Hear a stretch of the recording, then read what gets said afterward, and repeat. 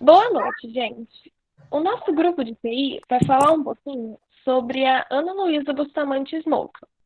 E ele é composto pela Adriana, pela Amanda e por mim, Ana Clara. A gente fez uma pequena apresentação sobre a vida dela com algumas imagens da Turma da Mônica. Aqui está representado como se tivessem uma conversa, onde a Mônica pergunta se alguém conhece a Ana Smoka. E para a felicidade dela, a resposta é satisfatória, pois mostram que eles têm conhecimento sobre essa pessoa, onde respondem que ela é formada em filosofia pela Universidade Católica do Rio de Janeiro. E ainda complementam que essa não é a sua única formação. Como falado no slide anterior, primeiramente ela é graduada em filosofia pela Universidade Católica do Rio de Janeiro, em 1972. É mestre em educação pela University of Arizona em 1978. É doutora em educação pela Faculdade de Educação da Unicamp. Possui pós-doutorado em Sociologia da Educação na Clark University em 1990.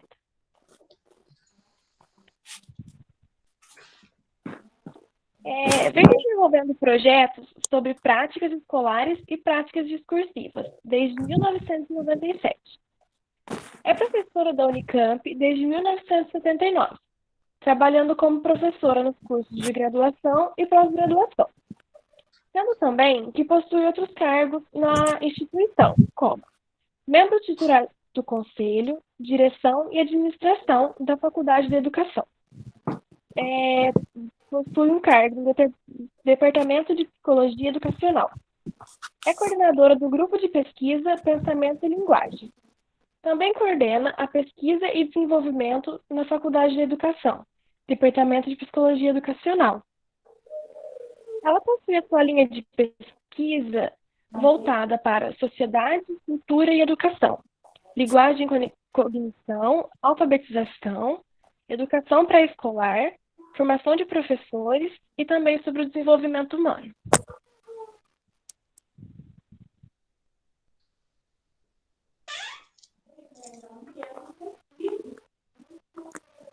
Trabalha na área de educação e psicologia e tem realizado projetos de investigação relacionados aos seguintes temas: desenvolvimento humano, relações de ensino, práticas escolares e discursivas, perspectiva histórico-cultural.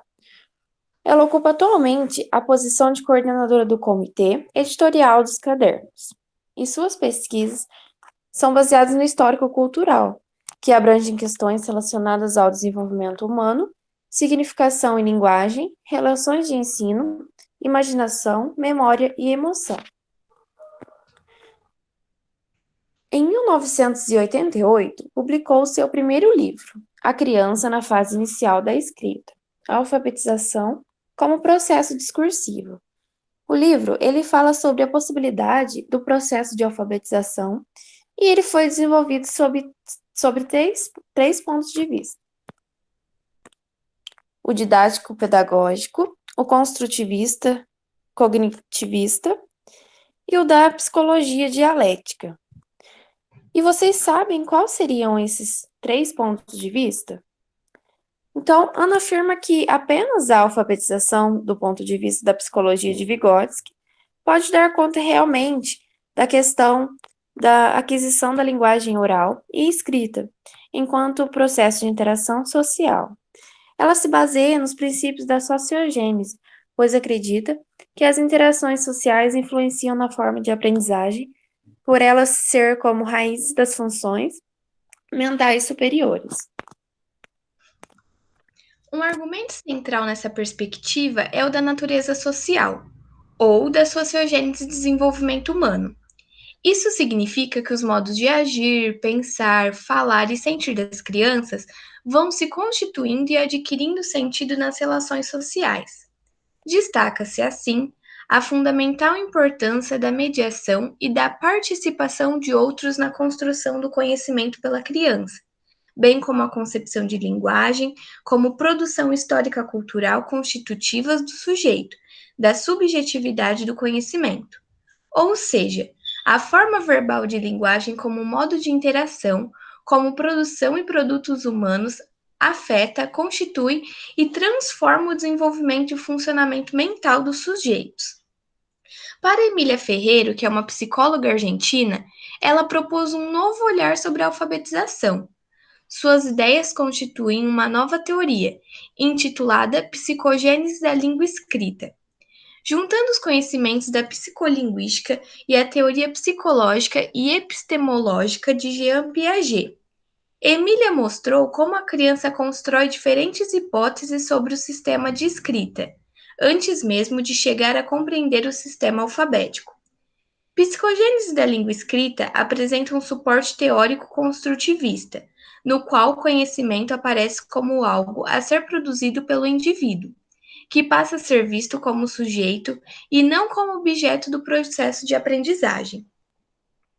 Assim, com base nas teorias em pesquisas que a Ana fez, ela chega à conclusão que é necessário que os professores saibam qual é a sua função dentro da sala de aula e que ensinem as crianças que ainda não desempenham seu papel dentro dela conforme esperado, buscando entender qual é sua dificuldade.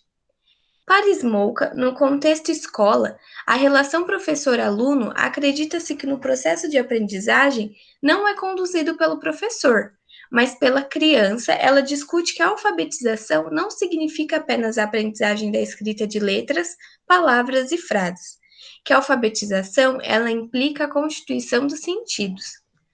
Bom, a Ana ela tem uma grande influência na educação, e a sua opinião e tese sobre ela é totalmente válida, de forma com que suas teorias poderiam ser colocadas em práticas em todas as escolas. Uma vez que a criança não aprende somente sentada em uma carteira olhando fixamente para o professor, seu desenvolvimento vai muito além disso. Portanto, brincadeiras são sempre bem-vindas, tanto para o aluno quanto para o professor. Então, a Ana acredita que os alunos podem aprender de diferentes formas, não só eles sentados ali nas carteiras e tentando entender e anotando o que os professores falam, mas que brincar, fazer um trabalho em grupo, saber mais sobre os interesses dos alunos também é uma forma bastante válida para que eles consigam aprender. E complementando um pouco esse assunto, no Brasil, a forma mais utilizada é a psicogênese. Então, que é a teoria que a Emília Ferreiro defende. Não quer dizer que ela seja totalmente errada, mas também ela não é perfeita, porque ela não dá conta de suprir todas as necessidades que os alunos têm, sendo considerado eles muito diferente.